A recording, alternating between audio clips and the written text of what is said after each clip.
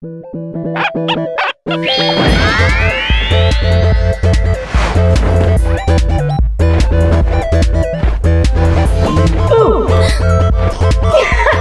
chubbicorn.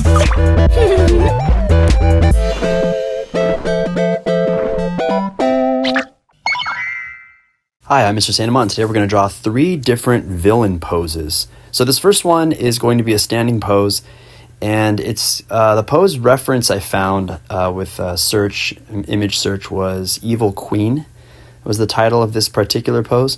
So it's a standing pose, and so it's a female that is kind of walking toward the camera with one hand on hip. So we're going to draw that torso in the typical style that I draw in, and then I'm going to draw where the torso twists. So the center of the torso is going to go to the left, and then the bottom of the torso is facing us. So there's going to be a little bit of a switch there for us, and then the bottom line for that place where the foot makes contact with the ground. So this leg that I'm drawing first is the one that's stepping out in front of the other leg. So the other leg will disappear behind that one as the character. This could either be like a pose where the character is making a choice or taunting a victim.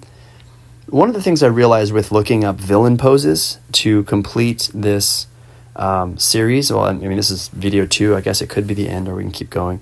But one thing I noticed is it's all about context. Now, there are maniacal and evil-looking poses people can do, but you could have a very innocent looking pose, and in the right context, the right setting or the story, that could be very sinister, right? So it's all about where the character is in the story and what's happening around them. All right, so just drawing the upper arm there. This is for the hand on hip, and then the forearm will go down back to the hip. We have a little bit of the hand and a pinky that is visible there on that far side there. And just finishing up, just solidifying some lines. I think we're pretty much done. Except I'm going to add her chest. It's a female character. So we'll draw, and this just shows where the torso is twisting at first. So to the left. So the center of the chest, like the sternum, you can see is left, and then again it's twisting over toward us. So the hips are kind of like a contrapposto pose, as they would say in life drawing. And that's pretty much it. Just going to solidify that leg there a little bit more, make it look like it's coming forward.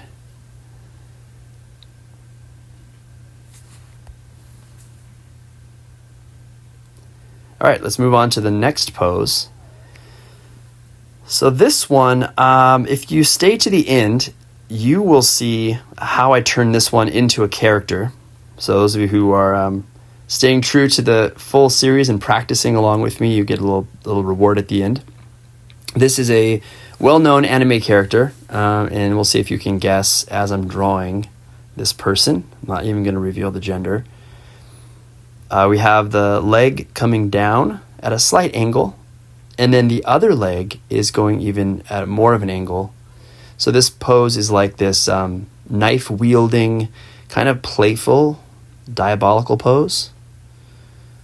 And the only leg making contact, I believe that leg, but maybe the toe of the other foot is making contact as well. Just depends on if it's a slope or there's stairs or something, I guess.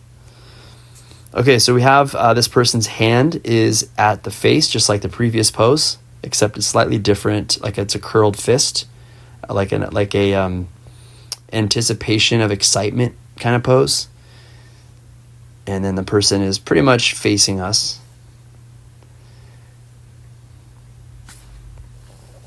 Let me just finish off that leg.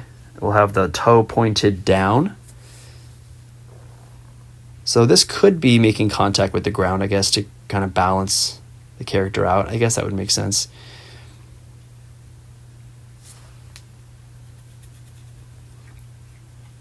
Just solidifying the leg here. Now, out of context, again, this pose could be playful. If you take the knife out of the person's hand, which I'm about to draw here, and replace it with a toy or a telephone or a garden hose, it could be totally different. So it's all about, again, details and context. Okay, so there's the knife and there's the hand. And again, characters facing us. And that's pretty much it. I'm just going to solidify a leg and foot there a little bit more. And let's move on to the next pose. So if you haven't guessed, you will see at the end. After this pose, I will turn that middle pose into something. This next one is going to be a seated pose. So the character is, this villain, I should say, is slouching in his or her chair. So there's going to be a chair involved. And I actually like to draw the character sitting first before I draw the furniture. And I've found that if I draw the furniture first, I sometimes will distort the legs to make sure they touch the ground, or I'll make the torso too long. So I like to just make sure I get the proportions of the figure first, like accurate and consistent with my style, and then, custom make the couch or the chair around the person. So legs are crossed, so one leg is dangling over the knee right there, and then this leg is facing us on the ground, or that foot.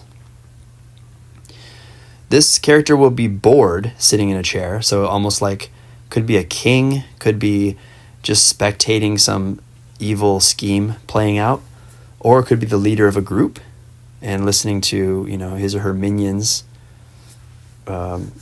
give some type of report or whatever. So these are the armrests, the end of the armrest, and I want to make sure that they're straight across. I'm just kind of using my pencil as reference.